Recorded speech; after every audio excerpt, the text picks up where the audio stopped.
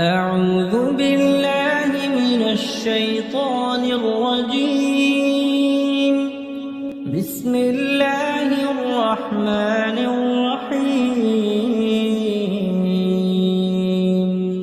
ولقد خلقنا فوقكم 7 طرائق وما كنا عن الخلق غافلين. وأنزلنا من السماء ماء بقدر فأسكناه في الأرض وإنا على ذهاب به لقادرون. അസ്സലാമു അലൈക്കും വറഹ്മത്തുള്ളാഹി വബറകാതുഹു. ഖുർആൻ പദം 1105 ദിവസത്തിലേക്ക് എല്ലാവരെയും ഹാർദമായി സ്വാഗതം ചെയ്യുന്നു. സൂറത്തുൽ മുഅ്മിനൂനിലെ 17-18 ആയത്തുകളാണ് ഇന്ന് പഠന വിധേയമാക്കുന്നത്. ക്ലാസ് ആരംഭിക്കുന്നതിനായി ആദരണീയനായ ഡോക്ടർ AI വിലായത്ത് ക്ലാസ് സാഹിബിനെ ക്ഷണിക്കുന്നു. അസ്സലാമു അലൈക്കും വറഹ്മത്തുള്ളാഹി വബറകാതുഹു. അഊദു ബില്ലാഹി മിനശ് ശൈത്വാനിർ റജീം. ബിസ്മില്ലാഹിർ റഹ്മാനിർ റഹീം. വലഖദ് ഖലഖ്നാ ഫൗഖകും 7 طرائق വമാ കുന്നാ അനിൽ ഖൽഖി ഗാഫിലീൻ. وأنزلنا من السماء ماء بقدر فأسكناه في الأرض وإنا على ذهاب به لقادرون. صدق الله العلي العظيم. സൂറത്തുൽ മുഅ്മിനൂനിലെ 17-18 ആയത്തുകളാണ് ഞാൻ നിങ്ങളെ കേൾപ്പിച്ചിട്ടുള്ളത്.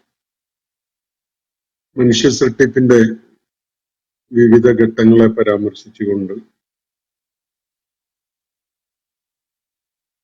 വളരെ സുവ്യക്തമായ വിധത്തിൽ മനുഷ്യൻ പിന്നിട്ട പ്രയാണ വഴികളെ അവൻ ഇന്ന് കാണുന്ന രൂപത്തിൽ എത്തിച്ചേരുന്നതിൻ്റെ പുറകിലുണ്ടായിരുന്ന വിവിധ ഘട്ടങ്ങളെ വിശദമായി പരാമർശിച്ചതിന് ശേഷം അതുപോലെ മനുഷ്യന്റെ ആത്യന്തികമായ പരിണിതിയെ പരാമർശിച്ച ശേഷം മരണശേഷം തീർച്ചയായിട്ടും അവൻ അഭിമുഖീകരിക്കാൻ പോകുന്ന മറ്റൊരു ഘട്ടമായ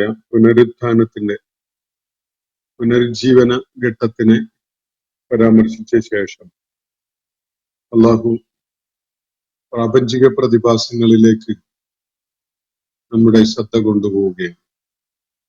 നമ്മളിന്ന് വായിച്ചു വെച്ചിരിക്കുന്ന ആയത്തുകളിൽ അടങ്ങിയിട്ടുള്ളത് ഈ പ്രകൃതിയും ചുറ്റുപാടുമായി ബന്ധപ്പെട്ടുകൊണ്ടുള്ള കാര്യങ്ങളാണ്. വലഖദ് ഖലഖ്നാ ഫൗഖകും 7 طرائق. അള്ളാഹു പറയുന്ന നിശ്ചയമായിട്ടും നാം നിങ്ങൾക്ക് മുകളിലായിട്ട് നിങ്ങൾക്കുപരിയായി 7 പഥങ്ങളെ സൃഷ്ടിച്ചിട്ടുണ്ട്.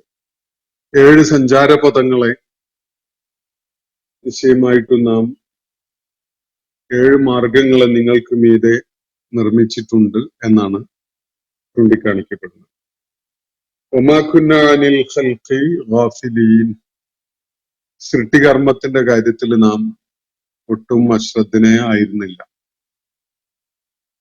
ഇന്നലെ നമ്മൾ ചർച്ച ചെയ്ത വയനാട് ഉരുൾപൊട്ടലും അതിനെ തുടർന്നുണ്ടായ സംഭവങ്ങളൊക്കെ അത്തരം സംഗതികളിലേക്ക് അതിനെക്കുറിച്ചൊക്കെ ഒരു ധാരണ കിട്ടാൻ വളരെ കൂടുതൽ ഇൻസൈറ്റ് തരുന്ന കാര്യങ്ങൾ അടങ്ങിയ ആയത്തുകളാണ് ഇന്ന് നമ്മൾ വായിച്ചിട്ടുള്ള 17-18 ആയത്തുകൾ. 18-ാമത്തെ ആയത്ത് നോക്കുക. വഅൻസൽനാ മിനസ്സമാഇ മാഅ. ആകാശത്ത് നിന്ന് നാം മഴ ഇറക്കുകയുണ്ടായി. ബിഖദരിൻ, നിർണിതമായ ഒരളവിൽ. ഫഅസ്കന്നാഹു ഫിൽ അർദ്. എന്നിട്ട് ഭൂമിയിൽ അതിനെ നാം താമസിപ്പിച്ചു, ആ മഴയെ താമസിപ്പിച്ചു. ആകാശത്ത് നിന്ന് അള്ളാഹു നിർണിതമായ അളവിൽ ഇറക്കിയിട്ടുള്ള വെള്ളം, അതിനെ ഭൂമിയിൽ നാം കുടിയിരുത്തി. വഇന്നാ അലാ ദഹാബിൻ ബിഹി ലഖാദിറൂൻ, നിശ്ചയമായിട്ടും അവയെ, ആ സംഗതിയെ പോക്കിക്കളയാൻ നാം കഴിവുള്ളവൻ തന്നെയാണ് എന്നാണ് അള്ളാഹു ഇവിടെ പറയുന്നത്. വളരെയേറെ ചിന്തോദ്ദീപകമായിട്ട് അനുഭവപ്പെടുന്ന, വളരെയേറെ പ്രാധാന്യമുള്ള പ്രാപഞ്ചിക പ്രതിഭാസങ്ങളിലേക്ക് വലിയ അളവിൽ വെളിച്ചം വീശുന്ന രണ്ടായാത്തുകളാണ് നമ്മൾ ഈ വായിച്ചു വെച്ചിരിക്കുന്ന രണ്ടായാത്തുകൾ. അള്ളാഹുവിടെ സൂചിപ്പിച്ച ഒന്നാമത്തെ ആയത്തിൽ വലഖദ് ഖലഖ്നാ ഫൗഖക്കും സബഅ തറായിഖ്, നിങ്ങളുടെ മീതെയായി, നിങ്ങൾക്കുപരിയായി നാം 7 സഞ്ചാരപഥങ്ങൾ, 7 മാർഗങ്ങൾ സൃഷ്ടിച്ചു വെച്ചിട്ടുണ്ട് എന്നാണ് അള്ളാഹുവിടെ പറയുന്നത്. ചില സൂചനകളാണ് പ്രാപഞ്ചിക സംവിധാനത്തെക്കുറിച്ച്, പ്രാപഞ്ചിക ഘടനയെക്കുറിച്ചൊക്കെയുള്ള ചില സൂചനകളാണ് അള്ളാഹുവിടെ നൽകുന്നത്. 7 ത്വറായിഖ്. ത്വറായിഖ് എന്ന് പറഞ്ഞാൽ ത്വരീഖ് എന്നതിന്റെ, അല്ലെങ്കിൽ ത്വരീഖത്ത് എന്നതിന്റെ ബഹുവചനായിട്ട് നമുക്ക് കാണാൻ കഴിയും. വെട്ടിയുണ്ടാക്കിയ പാതക്കാണ് സാധാരണഗതിയിൽ നമ്മൾ ഭാഷയിൽ ത്വരീഖ് എന്ന് പറയാറുള്ളത്. ആ വാക്കിൽ നിന്നാണ് ഇംഗ്ലീഷിലെ ട്രാക്ക് എന്നുള്ള വാക്ക് വന്നിട്ടുള്ളത്. സ്പോർട്സ് ഗ്രൗണ്ടിൽ നമ്മൾ ട്രാക്ക് അടയാളപ്പെടുത്തിയിടാറുണ്ട്, കുട്ടികളുടെ ഈ മത്സരയോട്ടത്തിലൊക്കെ ഉപയോഗപ്പെടുത്തുന്നതിന് വേണ്ടി. അപ്പൊ അങ്ങനെയുള്ള അടയാളപ്പെടുത്തൽ ഉള്ള ഒരു വഴിക്കാണ് ത്വരീഖ് എന്നുള്ള വാക്ക് ഉപയോഗിക്കാറുള്ളത്. അതിനാണ് ഇംഗ്ലീഷിലെ ട്രാക്ക് വരുന്നത്, ഞാൻ സൂചിപ്പിച്ചല്ലോ. അപ്പോ ഇവിടെ അള്ളാഹു പറയുന്നത്, നിങ്ങൾക്ക് മീതെയായിട്ട് 7 ത്വരീഖുകൾ അവൻ നിർമ്മിച്ചിട്ടുണ്ട്, സൃഷ്ടിച്ചിട്ടുണ്ട് എന്നാണ്. എന്താണ് ഈ ത്വരീഖ് എന്നത് കൃത്യമായിട്ട് നമുക്ക് പറയാൻ കഴിയുകയില്ല.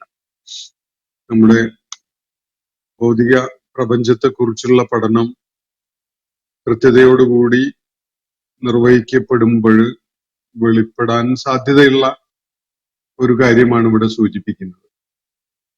പക്ഷെ വിശുദ്ധ ഖുർആനിൽ തന്നെ ഉള്ള ചില പരാമർശങ്ങളെ നമുക്ക് ഈ ആയത്തിനെ മനസ്സിലാക്കുന്നതിന് പ്രയോജനപ്പെടുത്താൻ സാധിക്കും.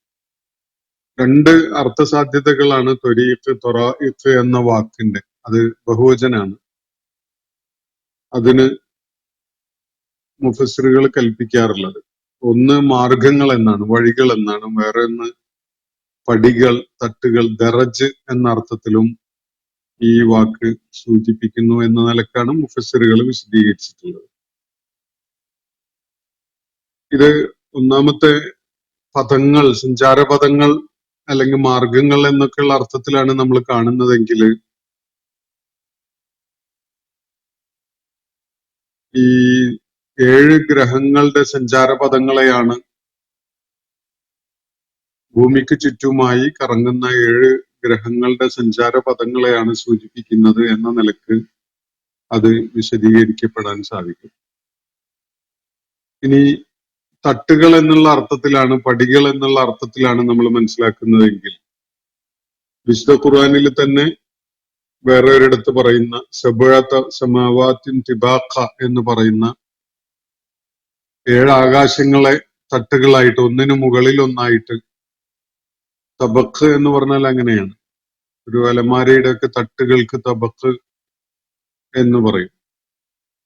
അപ്പൊ ആ വിധത്തില് കൃത്യമായ ഒരു അകലം ഒന്നിൽ നിന്ന് മറ്റൊന്നിലേക്കുള്ള വിധത്തില് സംവിധാനിക്കപ്പെട്ടിരിക്കുന്ന തട്ടുകളായിട്ടുള്ള ഒരു സ്വഭാവത്തിൽ 7 ആകാശങ്ങളെ ആ വിധത്തിൽ തട്ടുകളായിട്ട് നിർമ്മിക്കപ്പെട്ടതിനെ കുറിച്ച് ഖുർആൻ പറയുന്നുണ്ട്.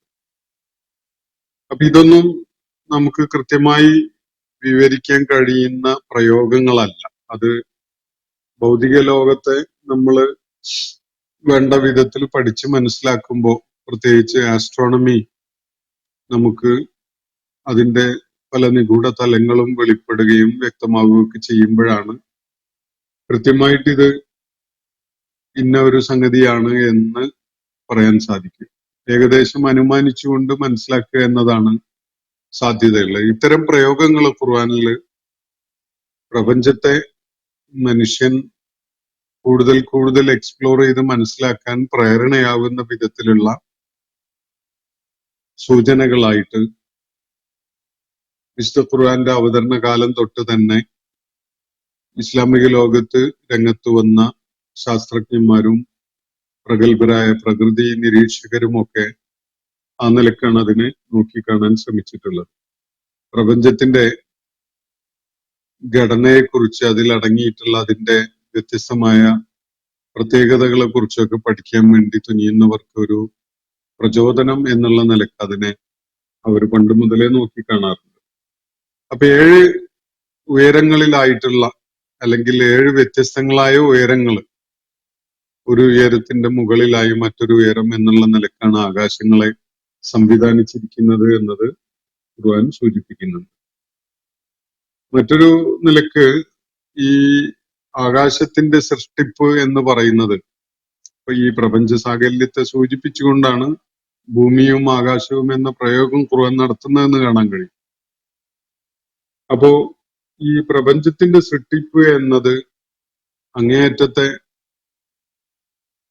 ശ്രദ്ധ നൽകപ്പെട്ടുകൊണ്ട് വളരെ സൂക്ഷ്മവും വളരെ ബൃഹത്തുമായി ആസൂത്രണം ചെയ്യപ്പെട്ടുകൊണ്ട് നിർവഹിക്കപ്പെട്ടിരിക്കുന്ന ഒരു കാര്യമാണ് എന്നത് വിശുദ്ധ ഖുർആൻ പല സൂചനകളിലായിട്ട് നമ്മളെ ബോധ്യപ്പെടുത്തുന്നുണ്ട്. ഒരിടത്ത് സൂറത്തുൽ മുഅ്മിനിൽ, ഈ സൂറത്തിന് ഗാഫിർ എന്ന പേരുമുണ്ട്, 2 പേരുകളിൽ അറിയപ്പെടുന്ന സൂറത്താണത്. അതില് 87-ാമത്തെ ആയത്തിൽ അള്ളാഹു പറയുന്നത് ഇങ്ങനെയാണ്: ലഖൽഖുസ് സമാവാതി വൽ അർളി അക്ബറു മിൻ ഖൽഖിൻ നാസ്. ആകാശങ്ങളുടെയും ഭൂമിയുടെയും സൃഷ്ടിപ്പാണ് മനുഷ്യരുടെ സൃഷ്ടിപ്പിനേക്കാൾ മഹത്തരമായത്, അല്ലെങ്കിൽ വെല്ലുവിളികൾ നിറഞ്ഞത്, അതല്ലെങ്കിൽ ഏറ്റവും വലുത്, മനുഷ്യന്റെ സൃഷ്ടിപ്പിനേക്കാൾ പെരുമയുള്ളത് ആകാശത്തിന്റെയും ഭൂമിയുടെയും സൃഷ്ടിപ്പാണ്. വലാകിൻ അക്സറൻ നാസി ലാ യഅലമൂൻ. പക്ഷെ ആളുകളിൽ അധിക പേരും അതിനെക്കുറിച്ച് ബോധമുള്ളവരല്ല, അതറിയുന്നവരല്ല എന്ന്. പലപ്പോഴും മനുഷ്യരാണ് പ്രപഞ്ചത്തിൽ ഏറ്റവും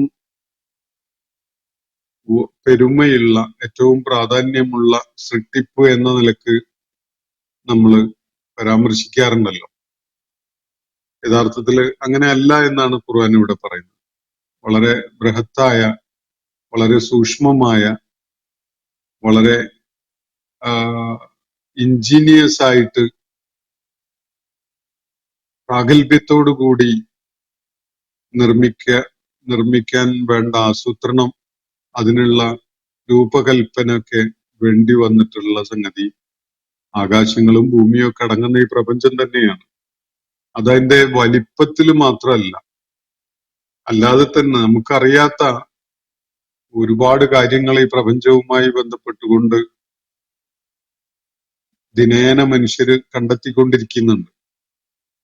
അത് സൂചിപ്പിക്കുന്ന പരിമിതമായ ഒരു സൃഷ്ടി വൈഭവം മതിയാവുന്ന ഒരു കാര്യമല്ല ആകാശങ്ങളുടെയും ഭൂമിയുടെയും സൃഷ്ടിപ്പ് എന്നതാണ്.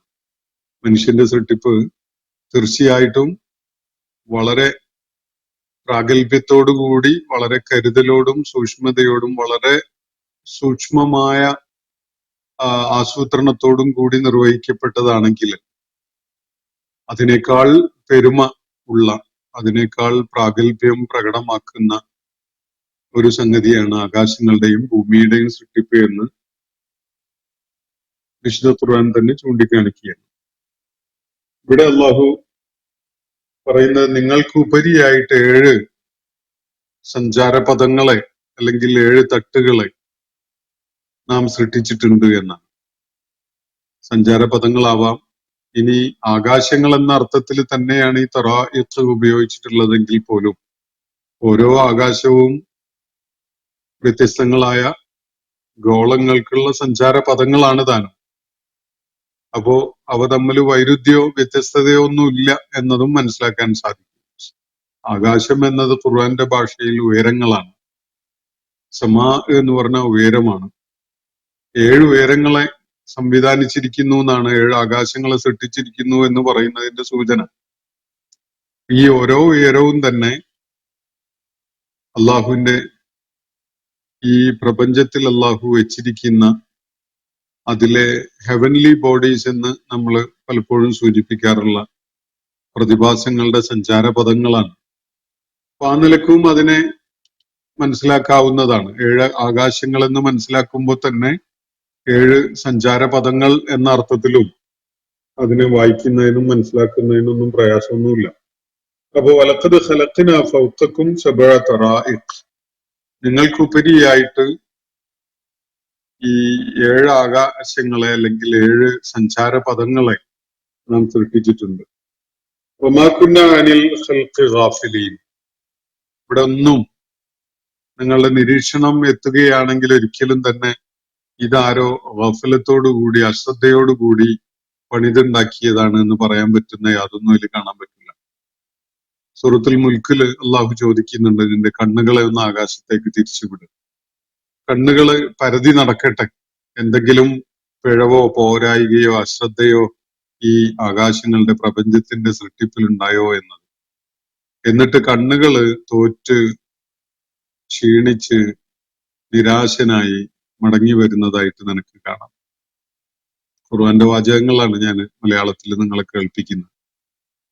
ആകാശങ്ങളിലേക്ക് നിങ്ങളുടെ കണ്ണുകളെ നിന്റെ കണ്ണുകൾ അയക്കുക, കണ്ണുകള് സുമർജൽ ബസറ, വീണ്ടും ദൃഷ്ടിയെ അങ്ങോട്ട് തിരിച്ചുവിടും. യൻഖലിബിലൈക്കൽ ബസർ, ദൃഷ്ടി നിന്നിലേക്ക് മടങ്ങിയെത്തും, തിരിച്ചു എത്തും. ഖാസിഅൻ വഹുവ ഹസീർ എന്നാണ് പറയുന്നത്. പരാജിതരായിക്കൊണ്ട് കണ്ണുകൾ തിരിച്ചെത്തും. അതുപോലെ നിരാശപ്പെടുന്നവയായിക്കൊണ്ടും എന്ന് പറഞ്ഞാൽ കണ്ണുകൾ പരതി നടന്നത് ആകാശത്തിൽ വല്ല തഫാവുത്തും, ആകാശത്തിൽ വല്ല വൈരുദ്ധ്യവും വിടവും പോരായികയും അശ്രദ്ധയും ഒക്കെ ഉണ്ടോ എന്നത്, പ്രപഞ്ച സംവിധാനത്തിൽ വല്ല പിഴവും ഉണ്ടോ എന്നത് നോക്കുവാനാണ്, കണ്ടെത്തുവാനാണ് കണ്ണുകളെ എക്സ്പ്ലോർ ചെയ്യാൻ വേണ്ടി അള്ളാഹു ആവശ്യപ്പെട്ടത്. കണ്ണുകളെ കൊണ്ട് നിങ്ങൾ നോക്കി നിരീക്ഷിച്ച് കാണും. എന്തെങ്കിലും എവിടെയെങ്കിലും വല്ല വിടവോ പൊട്ടലോ അല്ലെങ്കിൽ ഗ്യാപ്പോ വല്ല പോരായികയോ വല്ലതും കാണാൻ പറ്റിയോ എന്നതാണ് അള്ളാഹു അവിടെ ചോദിക്കുന്നത്. കണ്ണുകൾ മടങ്ങിയെത്തുന്നത് ഒരു പോരായികയും കാണാൻ പറ്റാതെ ആ ശ്രമത്തിൽ പരാജയം സംഭവിച്ച് തെളിയിക്കാൻ ഉദ്ദേശിച്ച സംഗതി തെളിയിക്കാൻ കഴിയാതെ നിരാശപ്പെട്ടുകൊണ്ട് കണ്ണുകൾ മടങ്ങിയെത്തുമെന്നാണ് അവിടെ പറയുന്നത്. എന്ന് പറഞ്ഞാൽ അത്രയും വൈദഗ്ധ്യത്തോടുകൂടി, കരുതലോടുകൂടി, ശ്രദ്ധയോടുകൂടി, കണിശമായ ജാഗ്രതയോടും ആസൂത്രണ മികവോടും കൂടിയാണ് അള്ളാഹു ഈ പ്രപഞ്ച സാഫല്യത്തെ സംവിധാനിച്ചിരിക്കുന്നത് എന്നതാണ് ഇവിടെ ചൂണ്ടിക്കാണിക്കപ്പെടുന്ന കാര്യം. അപ്പൊ ആകാശങ്ങളിലെ നിങ്ങൾക്ക് മുകളിലായിട്ട് ഉപരിയായിട്ട് 7 സഞ്ചാരപഥങ്ങളുണ്ട് എന്ന് പറഞ്ഞത് മനുഷ്യന്റെ ഭൂമിയിലെ ആവാസ വ്യവസ്ഥയെ ക്രമീകരിക്കുന്നതിന് വലിയ പങ്ക് ഈ 7 സഞ്ചാരപഥങ്ങൾക്കുണ്ട് എന്നൊരു സൂചന നമുക്കിതിൽ ലഭിക്കുന്നുണ്ട്.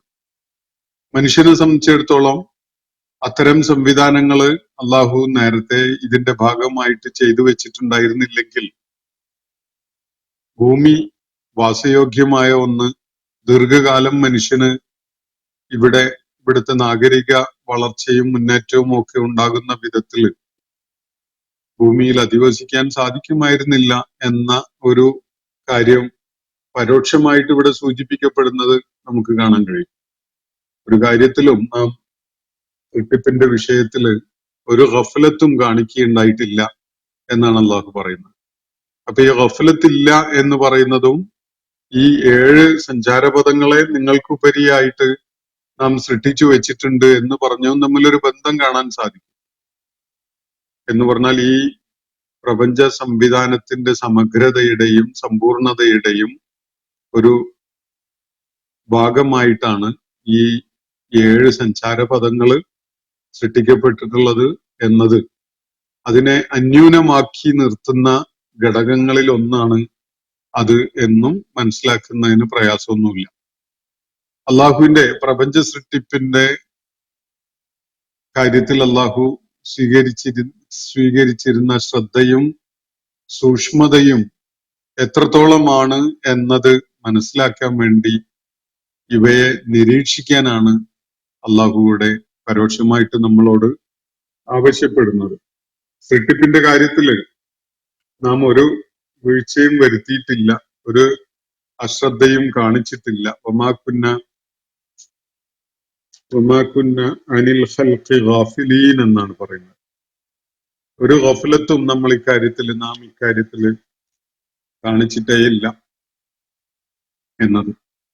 അപ്പോ ഈ ഭൂമിയുടെ ഉപരിയായിട്ട്, മനുഷ്യരുടെ ഉപരിയായിട്ട് അള്ളാഹു സൃഷ്ടിച്ചു വെച്ചിരിക്കുന്ന 7 ത്വറായിഖ്, അത് മനുഷ്യന്റെ അതിജീവനവുമായി വളരെയേറെ ബന്ധമുള്ള, അതിന് വളരെ ആവശ്യമായ ഒരു സംവിധാനമാണ് എന്നത് നമുക്ക് അതിന്റെ ഈ ആയത്തിന്റെ അടിസ്ഥാനത്തിൽ അനുമാനിക്കാൻ സാധിക്കും. അതിനപ്പുറത്തേക്ക് നമുക്ക് പോവേണ്ടതുണ്ടെങ്കിൽ തീർച്ചയായിട്ടും ഈ പ്രപഞ്ച സംവിധാനങ്ങളെ, പ്രത്യേകിച്ച് ഗോളശാസ്ത്ര മേഖലയെ വളരെ സൂക്ഷ്മമായി പഠിച്ചു മുന്നേറുമ്പോഴാണ് നമുക്കതിന് സാധ്യത തെളിഞ്ഞു വരിക. വിശുദ്ധ ഖുർആന്റെ ഇത്തരം പ്രയോഗങ്ങളിൽ പ്രചോദനം ഉൾക്കൊണ്ടുകൊണ്ടാണ് വിശുദ്ധ ഖുർആന്റെ അവതരണത്തിന് ശേഷമുള്ള നൂറ്റാണ്ടുകളിൽ ഇസ്ലാമിക ലോകത്ത് ധാരാളം ഗോളശാസ്ത്രജ്ഞന്മാര് രംഗത്ത് വരികയുണ്ടായിരുന്നു. വലിയ മുന്നേറ്റങ്ങൾ അവരുണ്ടാക്കിയിട്ടുണ്ടായിരുന്നു. ഇസ്ലാമിക ലോകത്ത് വലിയ തകർച്ച രാഷ്ട്രീയമായിട്ട് സംഭവിക്കുന്നത് വരെ ആ മുന്നേറ്റം തുടർന്നുകൊണ്ടിരുന്നതും നമുക്ക് കാണാൻ സാധിക്കും. ഇനിയും അത്തരം മുന്നേറ്റങ്ങൾക്ക് പ്രചോദനം നൽകുന്ന വിധത്തില് അള്ളാഹുവിന്റെ ആയാത്തുകൾ നമ്മുടെ മുന്നിൽ നിലകൊള്ളുകയും ചെയ്യുന്നുണ്ട്. തുടർന്ന് അള്ളാഹു ആകാശത്ത് നിന്ന് മഴയിറക്കിയ കാര്യമാണ് പറയുന്നത്. ബിഖദരിൻ, ഒരു നിർണിതമായ അളവിലാണ് അള്ളാഹു ആകാശത്ത് നിന്ന് വെള്ളം ഇറക്കിയിട്ടുള്ളത്. ആകാശത്ത് നിന്ന് വെള്ളം ഇറക്കി എന്ന് പറഞ്ഞിട്ട് അള്ളാഹു പറയുന്നത് ഫഅസ്കന്നാഹു ഫിൽ അർദ്, എന്നിട്ട് നാം അതിനെ ഭൂമിയിൽ കുടിയിരുത്തി, ഭൂമിയിൽ താമസിപ്പിച്ചു എന്നാണ് പറയുന്നത്. 2 സാധ്യതകളാണ് ഈ ആയത്തിന്റെ വിശദീകരണത്തിന് നമുക്ക് നമ്മുടെ മുന്നിൽ കാണാൻ സാധിക്കുക. ഒന്ന്, ഈ പ്രപഞ്ച സൃഷ്ടിപ്പിന്റെ ഘട്ടത്തില് ഭൂമിയെ അള്ളാഹു രൂപകൽപ്പന ചെയ്ത ഘട്ടത്തിൽ തന്നെ ആകാശത്തിൽ നിന്ന് നിർണിതമായ ഒരളവ് വെള്ളം ഭൂമിയിലേക്ക് ഇറക്കുകയുണ്ടായി. ഭൂമിയിൽ അത് താഴ്ന്ന ഭാഗങ്ങളിലൊക്കെ ശേഖരിക്കപ്പെട്ടു. അത് സമുദ്രങ്ങളായും പുഴകളായും തടാകങ്ങളായും ഭൂഗർഭ ജലസ്രോതസ്സുകളായും ഒക്കെ തന്നെ ഇവിടെ ശേഖരിക്കപ്പെടുകയാണ് ഉണ്ടാകുന്നത്. പിന്നീട് പുതുതായിട്ട് വെള്ളമൊന്നും അള്ളാഹു ഇറക്കുന്നില്ല. ഈ ജലം ആവിയായി മേലോട്ട് ഉയരുകയും നീരാവിയായി മേലോട്ട് ഉയരുകയും അത് ഘനീഭവിച്ച് വീണ്ടും മഴയായി തിരിച്ചു വരികയും ചെയ്യുന്ന ഒരു സൈക്കിളാണ് നമുക്കിവിടെ പ്രവർത്തനക്ഷമമായിട്ട് കാണാൻ സാധിക്കുന്ന ഒരു വാട്ടർ സൈക്കിളാണ്. ജലം നീരാവിയായി മാറി മേലോട്ട് ഉയർന്ന് ബാഷ്പീകരിച്ച് പോയിട്ട് അത് മേഘങ്ങളായി ഫോം ചെയ്ത് അതിനെ കാറ്റ് ഒരുമിച്ച് കൂട്ടി അത് താഴേക്ക് വീണ്ടും മഴയായി വർഷിക്കുന്ന ഒരു പ്രക്രിയ. അതിലൊക്കെ തന്നെ എവിടെ എത്രത്തോളം മഴ പെയ്യണം എന്നത് അള്ളാഹു വളരെ കൃത്യതയോടുകൂടി കണക്കാക്കിയിട്ടുള്ള കാര്യങ്ങളാണ്. ഏതൊക്കെ സീസണിൽ എവിടെയൊക്കെ എത്രത്തോളം മഴ പെയ്യണം എന്നത് അള്ളാഹുവിന്റെ സംവിധാനത്തിൽ കൃത്യമായി കണക്കാക്കപ്പെട്ടിട്ടുള്ളതാണ്. പക്ഷെ പ്രപഞ്ചത്തിന്റെ ഉത്ഭവം മുതൽ ഇന്ന് വരെയുള്ള ഭൂമിയിലെയും ആകാശത്തിലെയുമായി ഈ വാട്ടർ സൈക്കിളിലുള്ള ജലത്തിന്റെ അളവ്, അതിൽ ഏറ്റക്കുറവൊന്നും വരുന്നില്ല. ഒരു തുള്ളി പോലും കൂടുകയോ കുറയുകയോ ചെയ്യുന്നില്ല. ശാസ്ത്രത്തിന്റെ കണ്ടെത്തലുകളാണത്. ഈ വെള്ളത്തിന്റെ അളവില് മാറ്റം ഉണ്ടാവുന്നില്ല എന്നത്. അപ്പൊ ഈ ഒരു പ്രക്രിയ പ്രവർത്തനക്ഷമമായി വന്നതോടുകൂടി ഭൂമിയിൽ സംഭരിക്കപ്പെട്ടിട്ടുള്ള വിവിധ സ്രോതസ്സുകളിലായിട്ട് സംഭരിക്കപ്പെട്ടിട്ടുള്ള വെള്ളം മനുഷ്യനും ജീവജാലങ്ങളും സസ്യലതാദികളും ഒക്കെ പ്രയോജനപ്പെടുത്തുകയാണ്. ഭൂമിയെ തന്നെ ഈർപ്പമുള്ളതായി നിലനിർത്തുന്നത് ഈ ജലസാന്നിധ്യമാണ്. സൂര്യപ്രകാശമേറ്റ് ഇതൊക്കെയും തന്നെ ബാഷ്പീകരിച്ച് പോകുന്ന ഒരു കാഴ്ച നമുക്ക് നിത്യവും കാണാൻ കഴിയുന്നുണ്ട്. കടലിലെ ജലവും മറ്റു ജലസ്രോതസ്സുകളിലെ ജലവും തന്നെ നിർണിത അളവില് ഇവിടുന്ന് ആവിയായിട്ട് പോവുകയാണ്. അത് വീണ്ടും ഈ വാട്ടർ സൈക്കിളിന്റെ ഭാഗമായിട്ട് ഭൂമിയിലേക്ക് മഴയായിട്ട് വർഷിച്ചു വരികയും ചെയ്യുന്നു. അപ്പൊ ഇവിടെ ഖുർആൻ പറയുന്ന കാര്യം, ഒരു നിർണിതമായ അളവിൽ ആകാശത്ത് നിന്ന് വെള്ളം ഇറക്കി എന്ന് പറയുന്നത് തുടക്കത്തില്, സൃഷ്ടിപ്പിന്റെ തുടക്കത്തിൽ ഇറക്കിയതാവാം, അതല്ലെങ്കിൽ നിരന്തരമായി അള്ളാഹു പ്രവർത്തനക്ഷമമാക്കി വെച്ചിരിക്കുന്ന ഈ വാട്ടർ സൈക്കിളിന്റെ കാര്യമായിരിക്കാം പറയുന്നത്. രണ്ടുമാകാം. ഒരു നിർണിതമായ അളവിൽ ആകാശത്ത് നിന്ന് നാം ഭൂമിയിലേക്ക് മഴ വർഷിപ്പിക്കുകയുണ്ടായി, മഴ ഇറക്കുകയുണ്ടായി. എന്നിട്ട് ഭൂമിയിൽ നാം അതിനെ സെക്കൻഡ് ചെയ്തു. സെക്കൻഡ് എന്ന് പറഞ്ഞാൽ അതിന് അടക്കം നൽകി എന്നാണ്. കുടിയിരുത്തി, താമസിപ്പിച്ചു എന്നൊക്കെ പറയാം. സെക്കൻഡ്, മസ്കൻ ഒക്കെ താമസിക്കുന്ന ഇടവുമായി ബന്ധപ്പെട്ടുകൊണ്ടുള്ള പ്രയോഗങ്ങളാണ്. അതിലുണ്ടാവുന്ന അടങ്ങി ഒതുങ്ങിയിരിക്കുക എന്ന ഒരു സംഗതിയെയാണ് സെക്കൻഡ് സൂചിപ്പിക്കുന്നത്. ഒരു സ്വന്തം വീട്ടിലെത്തുമ്പോൾ ഒരാൾക്ക് അനുഭവിക്കാൻ കഴിയുന്ന ഒരു ശാന്തി സമാധാനമുണ്ട്. അതാണ് സെക്കൻഡ് എന്ന് പറയുന്ന കാര്യം. എന്നാലും ഭൂമിയിൽ നാം അതിനെ താമസിപ്പിച്ചു എന്ന് പറയുമ്പോൾ, ഭൂമിയില് ആകാശത്തു നിന്ന് അല്ലാഹു വർഷിപ്പിച്ച വെള്ളം, മഴ, അത് വിവിധ ജലാശയങ്ങളിലായിട്ട്, ജല കേന്ദ്രങ്ങളിലായിട്ട് സംഭരിക്കപ്പെടുകയാണ്. ഭൂമിയുടെ പ്രതലത്തിന് ഉയർച്ച താഴ്ചകളുള്ളത് നമുക്കറിയാം. വലിയ പർവ്വതങ്ങളും മലകളും കുന്നുകളും അതുപോലെ തോടുകളും അരുവികളും നീർച്ചാലുകളും പുഴകളും തടാകങ്ങളും സമുദ്രങ്ങളും ഒക്കെ അടങ്ങിയതാണ് ഭൂമിയുടെ പ്രതലം.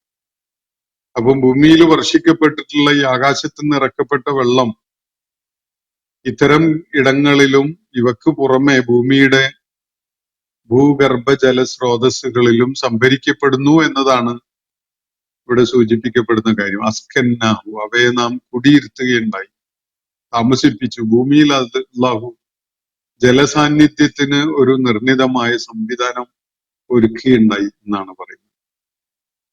ജലസാന്നിധ്യം വളരെ ആവശ്യമാണ്. ഭൂമിയിലെ അചേതനമായ സംഗതികൾക്ക് പോലും അതിന്റെ ആവശ്യമുണ്ട്. പാറക്കെട്ടുകളൊക്കെ സോഫ്റ്റ്നെസ് ഉള്ളതായി മാറുന്നത് ജലസാന്നിധ്യം കൊണ്ടാണ്. തീരെ ജല സാന്നിധ്യം ഇല്ലെങ്കിൽ, നനവോ ഈർപ്പമോ ഒന്നും പറ്റാത്ത അവസ്ഥയിലാണ് അതുള്ളതെങ്കിൽ അത് വളരെ ഹാർഡായി മാറും, വളരെ കടുത്തതായിട്ട് മാറും. അതിന്റെ സ്വഭാവവും ക്വാളിറ്റിയും ഒക്കെ മാറും. അപ്പോ ഈർപ്പം അല്ലെങ്കിൽ ജലസാന്നിധ്യമാണ്. അതുപോലെ വൃക്ഷങ്ങളുടെയും കാര്യത്തിൽ നമുക്കത് അറിയാം. വൃക്ഷങ്ങള് നിലനിൽക്കുന്നത് ജലം വലിച്ചെടുത്തുകൊണ്ടാണ് അതിന് സർവൈവ് ചെയ്യാൻ പറ്റുന്നത്. എന്നാൽ നിങ്ങൾ നോക്കേണ്ട, ഒരു തേക്ക് 100-150 വർഷമൊക്കെ മൂപ്പുള്ള ഒരു തേക്കിന്റെ കാതലായിട്ട് നമ്മൾ കണ്ടെത്തുന്ന ഭാഗത്ത് ജലത്തിന്റെ അംശം തന്നെ ഉണ്ടാവില്ല. അത് അതിന്റെ അകം ഓയിലിനെസ് ആയിട്ട് മാറിയിട്ടുണ്ടാവും. ഒരുതരം എണ്ണമയം ഉള്ള അവസ്ഥയിലായിരിക്കും കാതലുള്ള ഭാഗം. ആ ഭാഗം ദീർഘകാലം കേടുപാടുകൾ പറ്റാതെ നിലനിൽക്കും.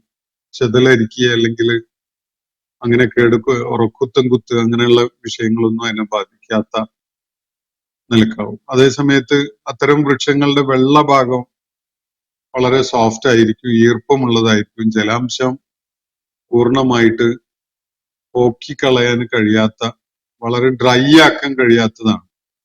ഈ ഡ്രൈ ആക്കിയാൽ പോലും അത് ദീർഘകാലമൊന്നും കേട് ഇല്ലാതെ നിലനിൽക്കുകയില്ല, നശിച്ചു പോകും അത്തരം ഭാഗങ്ങൾ. അപ്പൊ ഇതൊക്കെ തന്നെ ഈ ജലസാന്നിധ്യം കൊണ്ടുള്ള അള്ളാഹുവിന്റെ ക്രമീകരണമാണ്. മനുഷ്യന്റെ ഭൂമുഖത്തെ ആവശ്യങ്ങൾക്ക് വേണ്ടി സൃഷ്ടിപ്പിന്റെ തുടക്കത്തിൽ തന്നെ ഇതിനെയൊക്കെ മുൻകൂട്ടി കണ്ടുകൊണ്ടാണ് അള്ളാഹു ഈ സംഗതികൾ സംവിധാനിച്ചിട്ടുള്ളത്. നമുക്കറിയാം, നമ്മള് താരതമ്യേന വീടുണ്ടാക്കാനൊക്കെ ഉപയോഗിക്കുന്ന ലാറ്ററൈറ്റ് ബ്രിക്സ് ഉണ്ട്, ചെങ്കല്ല്, പാറ വെട്ടിയെടുത്ത് ഉപയോഗിക്കുന്ന ചെങ്കല്ല്. ജലസാന്നിധ്യം ഉണ്ട് അതില്, ഈർപ്പുണ്ട്. അത് മാർബിള്, കടപ്പ പോലെയുള്ള കല്ലുകളിൽ നിന്ന് വളരെ വ്യത്യസ്തമാണ്. കരിങ്കല്ല് പോലെയോ അല്ല. ജലസാന്നിധ്യത്തിന്റെ വ്യത്യസ്തമായ അളവ് കാരണമായിട്ടാണ് ചിലത് വളരെ ഹാർഡായിട്ട് നിൽക്കുന്നതും ചിലത് വളരെ സോഫ്റ്റ് ആയിട്ട് നിൽക്കുന്നതൊക്കെ. അപ്പൊ ഇത് ഈ പ്രപഞ്ചത്തിലെ ജീവജാലങ്ങൾക്കോ സസ്യങ്ങൾക്കോ ചെടികൾക്കോ വൃക്ഷങ്ങൾക്കോ മാത്രമല്ല, അചേതനമായ വസ്തുക്കളായിട്ട് നമ്മൾ കാണുന്നവയ്ക്കും ഇതൊക്കെ ഈ ജലസാന്നിധ്യത്തിന്റെ ഒരു സ്വാധീനം നമുക്ക് കാണാൻ കഴിയും. അതുപോലെ പർവ്വതങ്ങളില് ജലം ശേഖരിക്കുന്നതിനൊരു കപ്പാസിറ്റി ഉണ്ട്. അതിൽ കൂടുതൽ ജലം അവിടെ വർഷിക്കപ്പെടുകയാണെങ്കിൽ, മഴ വർഷിക്കപ്പെടുകയാണെങ്കിൽ അത് അബ്സോർബ് ചെയ്യാൻ കഴിയില്ല. പർവ്വതത്തിന്റെ അതിന്റെ ഉള്ളറകളിൽ അതിനെ ശേഖരിക്കാന്, അതിനെ പിടിച്ചു നിർത്താൻ കഴിയില്ല. അങ്ങനെയാവുമ്പോ അത് പുറത്തേക്ക് തള്ളും. പലപ്പോഴും പല പ്രകൃതി പ്രതിഭാസങ്ങളുടെയും കാരണം ഈ ഭൂമിയുടെ ആ പ്രദേശങ്ങളിലുള്ള ഈ ജലം പിടിച്ചു നിർത്താനുള്ള കപ്പാസിറ്റിയിൽ ഉണ്ടാകുന്ന അതിന്റെ സാച്ചുറേഷൻ ആണ്, അതിന്റെ പരമാവധി ആകുമ്പോഴാണ് ഇത്തരം പല പ്രശ്നങ്ങളും രൂപപ്പെട്ടു വരാറുള്ളത് എന്ന് കാണാൻ കഴിയും. എന്നാലും ഇതൊക്കെ തന്നെ അള്ളാഹുവിന്റെ പ്രപഞ്ച സംവിധാനത്തിന്റെ ഭാഗമായിട്ട് അള്ളാഹു ഒരുക്കി വെച്ചിരിക്കുന്ന സംഗതികളാണ്. എന്നിട്ട് അള്ളാഹു പറയുന്ന ഒരു കാര്യമുണ്ട് ഇവിടെ, വളരെ പ്രാധാന്യത്തോടു കൂടി മനസ്സിലാക്കേണ്ട ഒരു ഭാഗമാണ്. നിശ്ചയമായിട്ടും നാം ഇവയെ പോക്കിക്കളയാൻ, ഇതിനെ പോക്കിക്കളയാൻ കഴിവുള്ളവൻ തന്നെയാണ് എന്നാണ് അള്ളാഹു ഇവിടെ പറയുന്നത്. എന്തിനെ പോക്കിക്കളയാണ്? ഇവിടെ പരാമർശിക്കപ്പെടുന്നത് ആകാശത്ത് നിന്ന് ഇറക്കിയ വെള്ളത്തിനെ കുറിച്ചാണ്. ആ വെള്ളം ഭൂമിയില് അതിനെ കുടിയിരുത്തിയത്, ഭൂമിയെ കുടിപ്പിച്ചത്, ഭൂമിയിൽ അതിനെ താമസിപ്പിച്ചത് അള്ളാഹുവാണ് എന്ന് പറയപ്പെടുകയുണ്ടായല്ലോ ഇവിടെ. അതിന് തുടർന്ന് പറയുന്നത് അതിനെ പോക്കിക്കളയാൻ നാം തീർച്ചയായിട്ടും കഴിവുള്ളവൻ തന്നെയാണ്. ഈ ഭൂമിയെ, വെള്ളത്തിനെ അബ്സോർബ് ചെയ്ത് നിർത്താൻ കഴിവുള്ളതാക്കി മാറ്റിയത് അള്ളാഹുവാണ്. ഇതേ ഭൂമിയെ വെള്ളത്തിനെ പിടിച്ചു നിർത്താൻ കഴിയാത്തതാക്കി മാറ്റാൻ അള്ളാഹുവിന് യാതൊരു പ്രയാസവും ഇല്ല എന്നാണ് ഇവിടെ പറയുന്നത്. ആ വെള്ളത്തിന്റെ സാന്നിധ്യം ഭൂമിയിൽ നിന്ന് പോക്കിക്കളയാൻ തീർച്ചയായിട്ടും കഴിവുള്ളവനാണ് നാം എന്നാണ് അള്ളാഹുവിന്റെ സ്റ്റേറ്റ്മെന്റ്. നമ്മൾ പലതിനോടും ഈ ഒരു പ്രയോഗത്തെ ചേർത്ത് വായിക്കാവുന്നതാണ്. ഭൂമിയുടെ ആണിക്കല്ലുകളായിട്ടാണ് പ്രപഞ്ചത്തെ, ഈ പർവ്വതങ്ങളെ സംവിധാനിച്ചിരിക്കുന്നത് എന്നത് ഖുർആൻ പറഞ്ഞ കാര്യമാണ്. ഇന്നലെ നമ്മൾ ഈ ഉരുൾപൊട്ടൽ സംബന്ധമായ കാര്യങ്ങൾ പറഞ്ഞപ്പോ സൂചിപ്പിക്കുകയുണ്ടായി. അത് ഈ ഭൂമിയുടെ ആണിക്കല്ലുകളായിട്ട് പർവ്വതങ്ങളെ സംവിധാനിച്ച അള്ളാഹു ചേർത്തൊന്ന് വായിച്ചു നോക്കൂ. പർവ്വതങ്ങളെ ആണിക്കല്ല് ആയി സംവിധാനിച്ച അതേ റബ്ബിന് അതിന്റെ ആ ആണിക്കല്ല് എന്ന ഇഫക്റ്റ് ഇല്ലാതാക്കി കളയാൻ യാതൊരു പ്രയാസവും ഇല്ല. അത് പോക്കിക്കളയാൻ അവന് തീർച്ചയായിട്ടും സാധിക്കും. മനുഷ്യന് കണ്ണുകൾ നൽകിയത് അള്ളാഹുവാണ്. കണ്ണിന്റെ കാഴ്ച പോക്കിക്കളയാൻ അള്ളാഹുവിന് യാതൊരു പ്രയാസവും ഇല്ല. കേൾവി നൽകിയത് അള്ളാഹുവാണ്. കേൾവി ഇല്ലാതാക്കി കളയാൻ അള്ളാഹുവിന് യാതൊരു പ്രയാസവും ഇല്ല.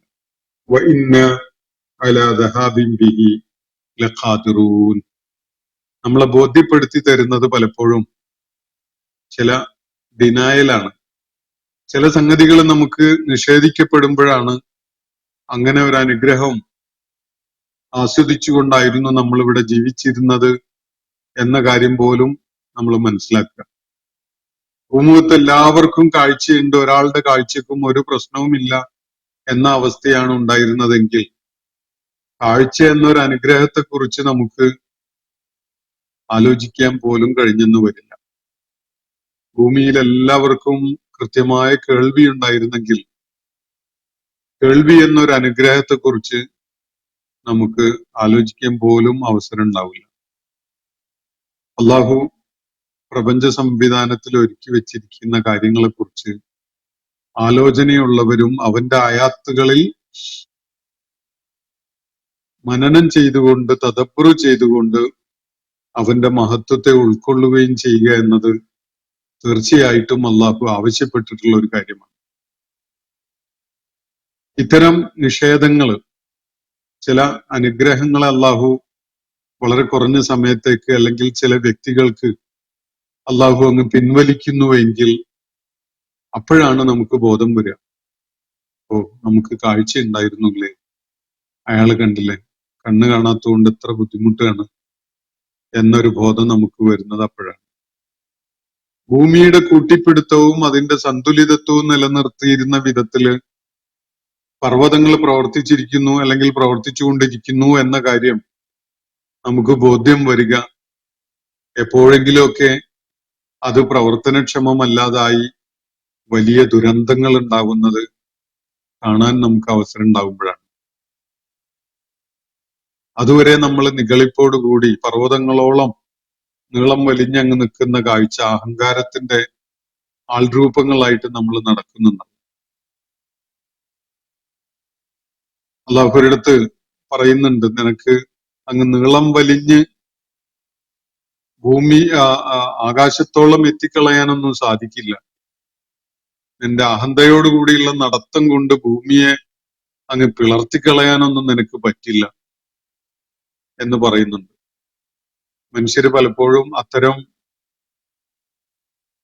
ധിക്കാരത്തിന്റെ വളരെ കടുത്ത, അഹന്തയുടെ വളരെ കടുത്ത സ്റ്റേജസിലേക്കൊക്കെ എത്തിപ്പെടുന്നത് നമുക്ക് പലപ്പോഴും കാണാൻ സാധിക്കുന്ന കാര്യമാണ്. അപ്പോ എന്തുകൊണ്ട് ഈ പ്രാപഞ്ചികമായ ഇത്തരം പ്രതിഭാസങ്ങൾ സംഭവിക്കുന്നു എന്നതിനെ കുറിച്ച് ആലോചിക്കുമ്പോൾ അള്ളാഹുവിന്റെ നിശ്ചയമാണത് അങ്ങനെ ഉണ്ടാവണം എന്നുള്ളത്. മനുഷ്യർക്ക് കാര്യങ്ങളെ ഓർക്കണം, മനസ്സിലാക്കണം എന്ന വിധത്തിൽ അതിന് അത്തരം അനുഭവങ്ങളുള്ള, അത്തരം സാഹചര്യങ്ങളുടെ അവസ്ഥകൾ ഉണ്ടായി വരുന്നത് അള്ളാഹുവിന്റെ സംവിധാനത്തിന്റെ തന്നെ ഭാഗമാണ്. അപ്പൊ അതിൽ ഇരകളാക്കി ആയവരോ അവരോട് വലിയ ക്രൂരതയായില്ലേ, അക്രമമായില്ലേ എന്നൊക്കെ നമുക്ക് തോന്നാൻ സാധ്യതയുണ്ട്. പക്ഷെ എന്താണ് ജീവിതം? എന്തിനു വേണ്ടിയാണ് ജീവിതം? മരണം എന്ന് വെച്ചാൽ എന്താണ്? അത് ആരുടെ നിയന്ത്രണത്തിലുള്ളതാണ്? ഒരാൾ എത്ര കാലം ജീവിക്കണം എന്നാണ് നിശ്ചയിക്കപ്പെട്ടിട്ടുള്ളത്? അതുപോലെയുള്ള സംഗതികളെ കുറിച്ച് ആലോചന ഉണ്ടാകുമ്പോൾ നമുക്ക് വളരെ ശാന്തമായിട്ട് അതിനെ സ്വീകരിക്കാൻ സാധിക്കും. അള്ളാഹു നിശ്ചയിച്ച അജല് എത്തിയത് കൊണ്ട്